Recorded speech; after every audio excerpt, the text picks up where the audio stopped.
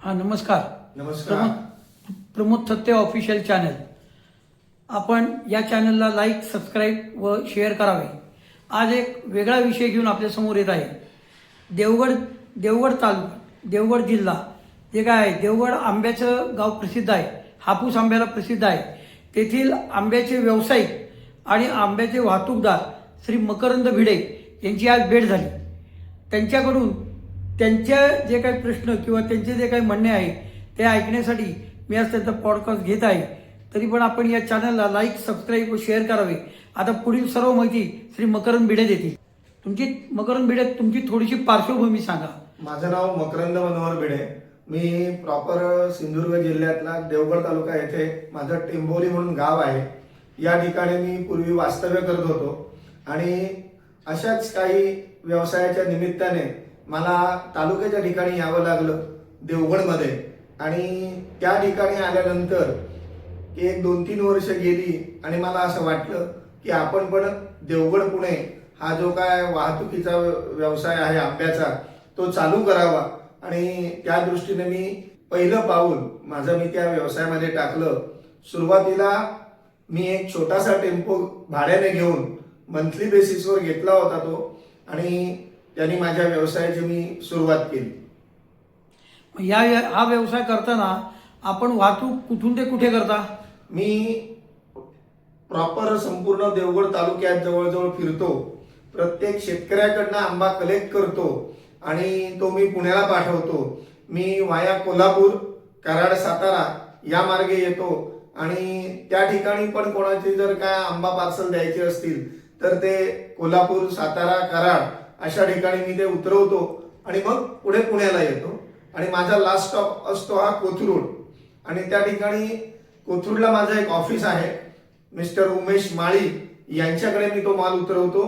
स्वारगेटला पण काही वर्ष मी माल उतरवत होतो, पण आता तिथे जागा अवेलेबल नसल्यामुळे मी त्या ठिकाणी माल उतरवू शकत नाही. पण देवगडमध्ये आंबा तुम्हाला कलेक्ट करताना काही समस्या येतात का?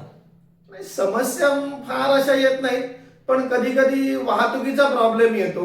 कारण 2-4 म्हणजे जवळजवळ 15 ते 20 ठिकाणून आंबा हा कलेक्ट करायला लागतो आणि त्या दृष्टीने माझ्याकडे अशी तेवढी कधी कधी यंत्रणा वाहतुकीची उपलब्ध होत नाही, त्यामुळे थोडासा प्रॉब्लेम होतो. पण तिथे तुम्ही जाता कलेक्ट करायला, तिथे तुम्हाला तुमचं वाहन न्यायला रस्ते वगैरे चांगले आहेत हो का? हो हो, या बाबतीत आम्हाला ते एक सुख आहे म्हणा, किंवा काही अगदी हाताच्या बोटावर मोजण्या एवढ्याच ठिकाणी शेतकऱ्याच्या दारापर्यंत वाहन जात नाही. पण आजपर्यंत जिथे जिथे मी गेलो तिथे तिथे माझं जे वाहन असेल, आंबा कलेक्शन करण्याचं टेम्पो असेल, ट्रक असेल, काय असेल ते सर्व त्यांच्या दारापर्यंत जातं. पण तिथून आंबा कलेक्ट करताना शेतकऱ्यांकडनं काही प्रॉब्लेम येतो का?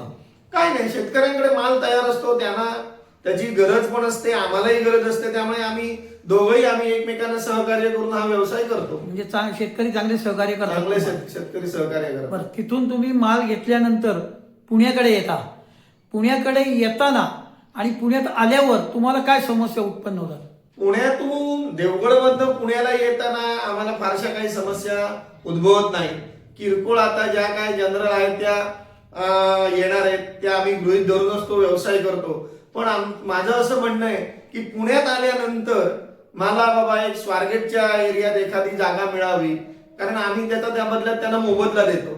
आणि ती जागा ग्राउंड फ्लोअरला असावी, पार्किंगची सोय तिथे असावी की इथल्या कस्टमरना आपली गाडी घेऊन तिथे गेल्यानंतर तिथे पार्किंग करून त्यांचा माल त्यांच्या गाडीत टेम्पोत टाकायला ती जागा अवेलेबल पाहिजे. नंतर सिंहगड रोडला एखादा मला स्पॉट मिळावा. आणि माझी अजून एक डिमांड आहे की मला चिंचवड सारख्या एरियात एखादी जागा मिळावी की जेणेकरून आज माझ्याकडे चिंचवडचा माल मी घेऊ शकत नाही, कारण माझ्याकडे तिकडे उतरवायची व्यवस्था नाही. कोथरूडला माझी व्यवस्था आहे. मिस्टर उमेश माळी, मी मगाशी म्हटल्याप्रमाणे त्यांच्याकडे मी माल माझा उतरवतो बराचसा आणि तिथून मग मी तो परत डिस्ट्रीब्यूट करतो. पुण्यात काय होतं की पटकन एखादी वाहन अवेलेबल होत नाही, आणि जरी झालं तरी त्याचं भाडं हे आम्हाला त्या हिशोबात परवडत नाही. ते जे काय भाडं सांगतात, एक 25 किलोमीटरचा एरिया फिरायचा असेल तर ते साधारण 2,500 ते 3,000 रुपये मागतात. त्यामुळे अशा पुण्यात आल्यानंतर ह्या 1-2 गोष्टींचा आम्हाला त्रास सहन करावा लागतो.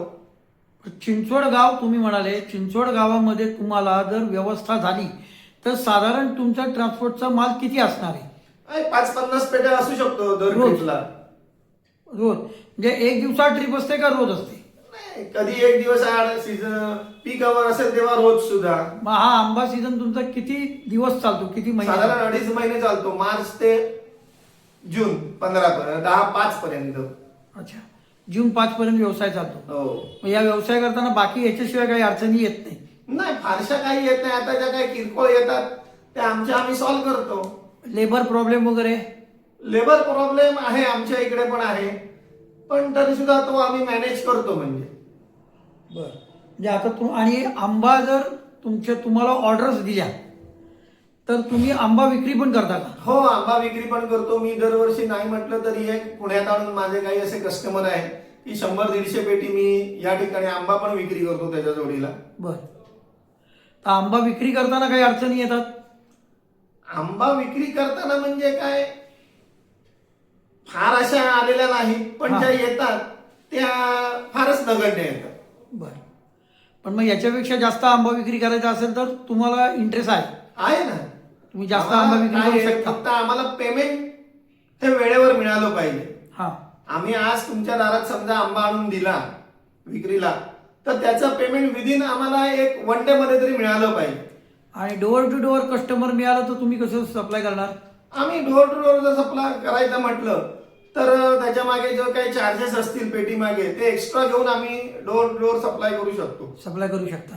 हो. आणि मग हा व्यवसाय करताना आणि शिवाय आंब्याची बाकीची काही उत्पादनं असतात ती पण बाकीची तुम्ही विकता आंब्याची का? उत्पादन म्हणजे मँगो पल्प आहे, हा. मँगो जाम आहे, नंतर मँगो पोळी आहे, म्हणजे आंबा पोळी म्हणतात ती आहे. ती आमच्याकडे तिकडे उपलब्ध होते. ती इकडे कोणाला हवी असतील तर त्याच्याही ऑर्डर आम्ही घेऊ शकतो आणि इकडे सप्लाय करू शकतो. सप्लाय करू शकता.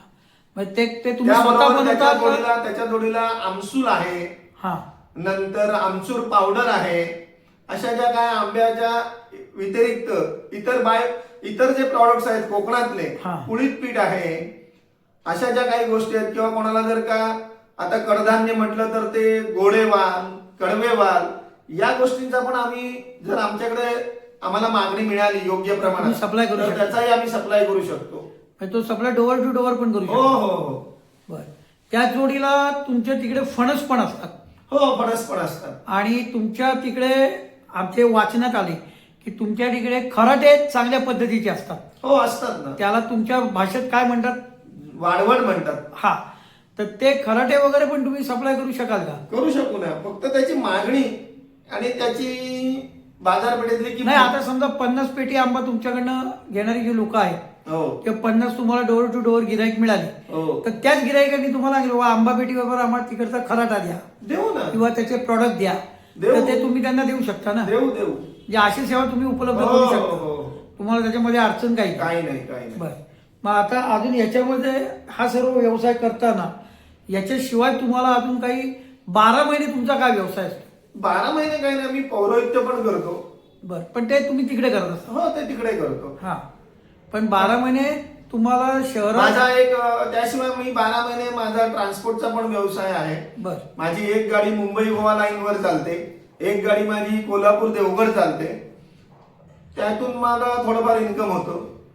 बर, ठीक आहे. म्हणजे आता तुमच्या अडचणी बाकी काही नाही. बरं, तुम्हाला या सर्व गोष्टीमध्ये रस्ते वगैरे व्यवस्थित आहेत का? समजा तुमचा घाट आहे, तो गगनबावडा घाट आहे, त्या घाटातनं तुम्हाला प्रवास करताना किंवा तुमच्या तिकडनं काय येणारे घाट लागतात, त्या घाटातनं प्रवास करताना तुम्हाला काही समस्या येतात का?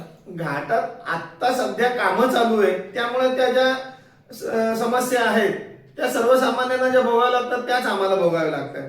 पण गगनबावडा टू पुढे असलंच ते कळ्यापर्यंत हा जो रस्ता आहे हा अतिशय वास्ट, म्हणजे इतका खराब आहे की त्रास होतो त्याचा. आणि याच्याकडे जर का सरकारने लवकरात लवकर लक्ष दिलं तर जास्ती बरं होईल. बरं. तुम्हाला आंबा वाहतूक करताना रेल्वेचा काही फायदा होतो का? नाही, काही होत नाही. काही होत नाही. मग तुम्हाला बाय रोडच आहे, पण रस्ते चांगले असले तर तुम्हाला वाहतूक करणं लवकर आणि सोयीस्कर होईल. मग सरकारकडनं तुम्हाला एवढीच एक अपेक्षा आहे की रस्ते चांगले करायला पाहिजे. करायला पाहिजे. बरं. याच्याशिवाय तुम्हाला आणि काही आणि माहिती द्यायची? याशिवाय मी आणखीन म्हणजे ऑल ओव्हर महाराष्ट्रामध्ये हा जो आंबा आहे हा पण मी सप्लाय करतो. बरं. म्हणजे तुम्हाला उदाहरणार्थ बोलायचं झालं तर नागपूर असेल, औरंगाबाद असेल, इकडे कुठे नाशिक असेल, तर या ठिकाणी पण मी ती सोय करतो. अच्छा, म्हणजे तुम्ही डायरेक्ट पाठवता? हो, डायरेक्ट कस्टमरला पाठवता? पाठवता. त्याचा जो काय रेट लागेल तो दिला की तुम्ही कस्टमरला डायरेक्ट देता? हो हो. बरं बरं. याच्याशिवाय तुम्हाला अजून काही सांगायचं याच्या संदर्भात? आंबा व्यवसाय, वाहतूक व्यवसाय याच्या संदर्भात आणि आंबा व्यवसायाचं आता झालंय कसं की आमच्या भागात निसर्गावरती तो अवलंबून असल्यामुळे निसर्गाची जेवढी साथ मिळेल तेवढं त्या दृष्टीने त्या व्यवसायाला चांगलं भवितव्य आहे. आज तिकडे मजुरांचा मोठा प्रश्न आहे. मजूर हे आम्हाला असे नेपाळी वगैरे किंवा आसाम मधनं किंवा या इकडनं उपलब्ध करावे लागतात आणि त्यामुळे ते थोडंसं खर्चिक होतं आंबा व्यवसाय हा. तर यासाठी मजूर तुम्हाला मिळाले पाहिजे. हो, पण मग स्थानिक मजूर नसतात. स्थानिक मजुरांचं काय होतंय की आज जो उठतो तो शहराकडे धाव घेतो. तो जर का लोंढा थांबला तरच त्या भागात तिथले स्थानिक मजूर मिळू शकतात. आज प्रत्येकाचं असं झालेलं आहे की 4 पैसे मिळावेत या हेतूने प्रत्येक जण शहराकडे धावतोय. ही जर कुठेतरी सरकारने बाब लक्षात घेतली आणि त्या संदर्भात जर गावात काही असे छोटे मोठे उद्योग चालू केले तर त्याचा फायदा निश्चितच तिथल्या लोकांना होईल. आणि तुमच्याकडे आंब्याच्या झाडांना पाण्याच्या संदर्भामध्ये काही धरण बिरण अशा काही व्यवस्था आहेत का? धरण म्हणजे 12 महिने बाबा तुमच्या इकडे पाणी कायम मिळेल अशा काही 12 व्यवस्था महिने आहेत? पाणी मिळेल म्हणजे आमच्या इकडे आधी प्रत्येकाचे बोरिंग आणि विहिरी या उपलब्ध आहेत. त्याशिवाय आम्हाला आमच्या एरियामध्ये एखादं चांगलं आता धरणं होत आहेत पण त्याचं पुढे सरकारने कसं काय नियोजन केलेलं आहे हे अजूनपर्यंत आमच्यापर्यंत पोहोचलेलं नाहीये. पण या व्यवसायाला पाण्याची नितांत गरज आहे. आज लोक या व्यवसायासाठी पाणी विकत घेऊन आपली गरज भागवत आहेत. पाणी विकत घ्यायचं म्हणजे परत तुमचा उत्पादनाचा खर्च वाढला. अर्थातच उत्पादनाचा खर्च वाढला की कस्टमरला तुमचा माल महागात मिळाला. हो, त्यामुळे तो माल विक्री व्हायला तुम्हाला अडचण येणार. नक्कीच. मग पाणी विकत घ्यायला लागू नये यासाठी तुम्ही स्थानिक तिथले जे कोणी पुढारी आहेत किंवा आमदार आहेत यांच्याशी कधी संपर्कात गेला आहेत का? नाही, अजूनपर्यंत तरी नाही. मग तुमच्या इकडे तुम्ही त्यांना सरकार दरबारी गेलायत का की आम्हाला पाण्याची उपलब्धता करून द्या? अहो, आज आमच्याकडे देवगड सारख्या ठिकाणी जर बघायला गेलं तर काही ज्या नळ योजना आहेत सरकारी नळ त्यांना धड पाणी येत नाही. प्यायला पाण्याची वानवा आहे तर अशा गोष्टींना पाणी कुठून उपलब्ध होणार ना? म्हणजे त्या पिण्याच्या पाण्याची सुद्धा तिथे हाल आहे. हो, मग मे महिन्यामध्ये तुम्हाला त्रास जास्त होतो. भयानक. एप्रिल मे मध्ये खूप त्रास होतो या बाबतीत. मग याच्याकडे सरकारने थोडं लक्ष दिलं पाहिजे बरोबर. आणि त्या सोयी केल्या पाहिजे. बरोबर. आणि आता आम्ही असं ऐकून की कोकणामध्ये पर्यटन स्थळ आहे, पर्यटन स्थळ करतायत. तर देवगड पर्यटन स्थळाचा तुम्हाला काही फायदा आहे का? देवगड पर्यटन स्थळाचा फायदा आहे ना, कारण जे आज स्थानिक तिथले जे हॉटेल्सवाले आहेत, दुकानदार आहेत, आज त्यांना थोडीफार त्यातून त्यांची व्यवसायात वृद्धी होती आहे. हा, म्हणजे त्याचा फायदा होतोय. होतोय, निश्चित होतोय. म्हणजे मग ते हळूहळू डेव्हलपमेंट चालू आहे. आहे. फक्त आता पिण्याच्या पाण्याची सोय झाली तर डेव्हलपमेंट लवकर होईल. हो, बरं, ठीक आहे. याच्याशिवाय तुम्हाला काही माहिती द्यायची आहे? याच्याशिवाय तुम्हाला काही सांगायचं आहे का? या कोकणात आमचं कोकण अतिशय सुंदर आहे आणि पर्यटनाच्या दृष्टीने पण आता तिकडे सुखसोयी खूप वाढत आहेत. तेव्हा आमच्या देवगडला या, आमचं देवगड बघा. अतिशय निसर्गरम्य असा आमचा परिसर आहे की जेणेकरून तुम्हाला तांबडलेकचा बीच बघता येईल. कुणकेश्वर मंदिर म्हणजे दक्षिण कोकणची काशी जिला ओळखलं जातं ते कुणकेश्वर मंदिर आणि त्या आजूबाजूचा परिसर तिथला बीच. त्याचप्रमाणे आमचं गजबादेवीचं मंदिर आहे, तिकडे पण एक चांगला बीच आहे. विमलेश्वर मंदिर म्हणून आहे वाडा या ठिकाणी देवगड तालुक्यातच. देवगड स्टँड पासून साधारण 7 ते 8 किलोमीटरवर ते पूर्व असं मंदिर आहे, त्यालाही तुम्ही भेट देऊ शकता. विजरू किल्ला आहे आणि अशी लहान मोठी असंख्य ठिकाणं आहेत की तुम्हाला तिथे पर्यटनाचा आनंद घेता येईल. नमस्कार. या चॅनलला लाईक, सबस्क्राईब व शेअर करा आत्ता भिडे यांनी बऱ्याच गोष्टी चांगल्या सांगितल्या आहेत आणि लोकांनी देवगडमध्ये जावं, तिथल्या देवगडच्या सृष्टी सौंदर्याचाही फायदा घ्यावा आणि पर्यटन स्थळ बघावीत व तिथल्या लोकांना आपल्याकडनं सहकार्य करावं, एवढी माझी विनंती आहे. मी भिडे तुम्हाला एक छोटी विनंती करतो की आपण देवगडचे असल्यामुळं आपण काही मालवणी भाषेमध्ये याच्यामध्ये काही गोष्टी सांगू शकता का थोड्याशा? माझा तालुका असा देवगड आणि तो अतिशय सुंदर असा, त्यात काय वाद नाही. मी आत्ता मगाशी सांगितल्याप्रमाणे आमचो कुणकेश्वरचा जो बीच असा तो अतिशय सुरेख हा. गजबा देवीचा मंदिर हा ता अतिशय सुरेख असा. तांबडेकचो बीच असा आणि अशी आणखीन असंख्य ठिकाणं आहेत की जे तुम्ही आनंदात थंय येऊन आपलं 1-2 दिवस वेळ देऊ शकतास. तुमच्याकडनं लोकांनी आंबा आणि ट्रान्सपोर्ट सर्व्हिस घ्यावी हे पण जरा मालवणमध्ये सांगा. मी आज आंबा विक्री पण करतोय, तेव्हा मी माझा व्यवसाय वाढवण्याच्या दृष्टीने खूप प्रयत्न करतोय. त्याच्यासाठी जर माका कोणी ऑर्डर दिल्यान आंब्याची तर मी पुण्यासारख्या ठिकाणी, कोल्हापूर सारख्या ठिकाणी, सातारा, कराड यासारख्या ठिकाणी मी त्यांना आमचं देवगडचा आंबो उपलब्ध करून देऊ शकान. नमस्कार. आत्ता भिडे यांनी सांगितलं, भिडेंना बऱ्याच लोकांनी सहकार्य करावे अशी माझी इच्छा आहे आणि जास्तीत जास्त लोक सहकार्य करून या तरुण व्यावसायिकाला जास्तीत जास्त पुढे आणतील अशी मी अपेक्षा करतो आणि माझ्या चॅनलला लाईक, सबस्क्राईब व शेअर करावे ही नम्र विनंती. नमस्कार.